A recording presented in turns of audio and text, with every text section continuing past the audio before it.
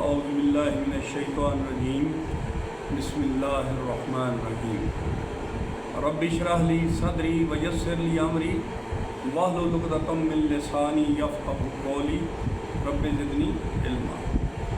حضرات گرامی، قرآن پاک کو سمجھ کر پڑھنے کا سلسلہ جو ہم نے شروع کیا ہوا ہے، اس میں آج ہم کو 4 اصول بتانے ہیں آپ کو جو نبی پاک صلی اللہ علیہ وسلم نے قرآن پاک کے مرتب کیے۔ تو سب سے پہلے جناب تلاوت آیات، سب سے پہلے قرآن کی تلاوت فرمائی، نبی پاک صلی اللہ علیہ وسلم نے خود تلاوت فرمائی اور اتنے مؤثر انداز میں فرمائی کہ پورے عرب کا منہ بند ہو گیا اور بڑے بڑے شاعروں کی حیثیت ماند پڑ گئی۔ زمانہ جاہلیت کا ایک شاعر جس کے شعر سننے پر لوگ سجدے میں گر جایا کرتے تھے، اس سے پوچھا گیا کہ تم نے شعر کہنا کیوں بند کر دیا؟ اب وہ کیا کہتا ہے؟ وہ کہنے لگا، کیا قرآن کے بعد بھی کسی شاعری کی گنجائش رہ گئی ہے؟ سب سے پہلے حضور پاک صلی اللہ علیہ وسلم نے قرآن مجید کی خود تلاوت کی اور لوگوں سے کروائی، لیکن تلاوت تدبر اور تذکر کے ساتھ۔ ویسے بھی وہ لوگ چونکہ عرب تھے، اس لیے قرآن پاک کو سمجھ کر پڑھا کرتے تھے۔ نمبر 2 پہ کیا ہے جی؟ تزکیہ نفس۔ دوسرا کام یہ ہے قرآن کے ذریعہ تزکیہ قلوب اور تطہیر نفوس کا عمل عظیم تکمیل تک پہنچایا۔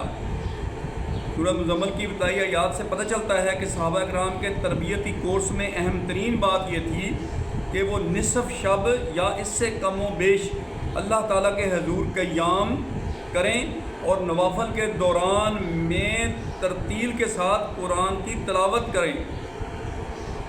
یہ عمل صحابہ کرام پر تقریباً 1.5 سال تک فرض رہا، پھر سنت موقدہ کے درجہ میں آ گیا۔ حضور اکرم صلی اللہ علیہ وسلم پر یہ عمل پوری زندگی فرض رہا۔ آپ صلی اللہ علیہ وسلم تلاوت کے دوران میں رحمت کی آیات پہ رحمت کی دعائیں مانگتے تھے، غصہ و غضب کی آیات پر اللہ تعالیٰ سے پناہ مانگتے تھے۔ یوں تلاوت اور دعا آپس میں مل جاتی اور شدید گریہ کی کیفیت طاری ہو جاتی تھی۔ اس کیفیت کو تزکیہ و تطہیر کا بہترین ذریعہ قرار دیا گیا۔ قرآن پاک میں اللہ تعالیٰ فرماتا ہے، یا ایھا المزمل قم اللیل الا قلیلا نصفہ او انقص منہ قلیلا او زد علیہ ورتل قرآن ترتیلا انا سنلقی علیک قولا ثقیلا ان ناشئۃ اللیل ہی اشد وطئا واقوم قیلا۔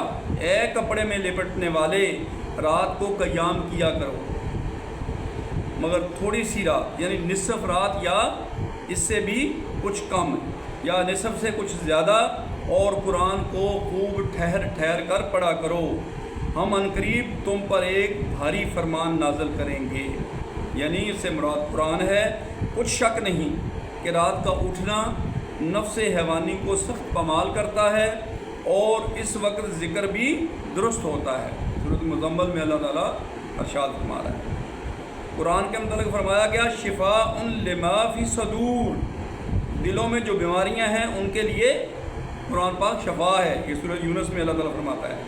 تو ہم کہہ سکتے ہیں کہ تزکیہ کا اصل ذریعہ قرآن پاک ہی ہے۔ اس کے بعد جناب تیسرے نمبر پہ تعلیم الکتاب۔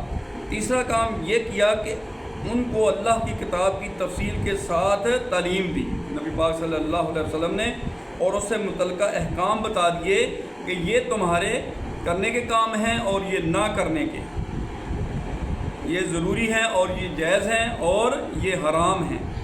تیسرا کام یعنی تعلیم الکتاب، 15 سال بعد اپنے جوبن پر آیا، 13 سال مکہ میں اور پھر 2 سال مدینے میں گزار دیے۔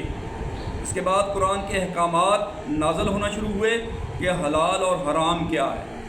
حضور پاک صلی اللہ علیہ وسلم کا ارشاد مبارک ہے، اپنی ساری عبادتیں اور مناسک مجھ سے لے لو۔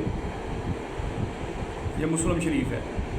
مناسک اور احکام شریعت کی تفصیلی تعلیم اس زمانے میں دی گئی کیونکہ ان پر صحیح طور پر عمل اسی صورت میں ممکن تھا جب ایک اسلامی معاشرہ اپنے ارتقاء کی منازل طے کرنے کے بعد تشکیل پا چکا ہو۔ آگے چوتھے نمبر پہ جناب تعلیم الحکمت۔ چوتھا کام یہ کیا گیا کہ لوگوں کو اللہ جل شانہ کی اس کتاب کے مطابق زندگی گزار کے دکھا دی گئی۔ عملی طور پہ نبی پاک صلی اللہ علیہ وسلم نے زندگی گزارنے کا حکیمانہ اور دانشمندانہ طریقہ سکھا دیا۔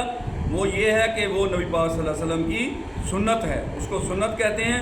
سنت سے مراد 3 چیزیں ہیں۔ نمبر 1 حضور پاک صلی اللہ علیہ وسلم کا قول، نمبر 2 آپ کا عمل، نمبر 3 کسی معاملہ میں آپ کی خاموشی، یعنی آپ نے کوئی بات یا کوئی عمل ہوتے ہوئے دیکھا یا سنا اور اسے منع نہیں فرمایا بلکہ اسے برقرار رکھا، اس کا نام تقریر ہے۔ تو یہ ہے جناب قرآن پاک کو سیکھنے کا بہترین طریقہ جو سنت پاک صلی اللہ علیہ وسلم ہے، اور ہم اللہ تعالیٰ سے دعا کرتے ہیں کہ یا اللہ پاک ہمیں یہ جو اللہ تعالیٰ نے نبی پاک صلی اللہ علیہ وسلم کو سکھایا وہ ہمیں بھی نصیب فرما دے نبی پاک صلی اللہ علیہ وسلم کے واسطے سے۔ تو اس کے ساتھ ہی ہم اللہ سے دعا کرتے ہیں کہ یا اللہ اس پر عمل کرنے کی توفیق عطا فرما۔ ہمارے تمام مسئلے مسائل، ہمارے تمام جتنے بھی پرابلم، جتنے بھی ایشوز ہمیں اس دنیا میں فیس کرنے پڑ رہے ہیں، ان سب کو اپنے حکمت سے نبی پاک صلی اللہ علیہ وسلم کی سنت کے مطابق ڈیزالو کرنے کی توفیق عطا فرما۔ وآخر دعوانا الحمدللہ رب العالمین۔ اللہ حافظ۔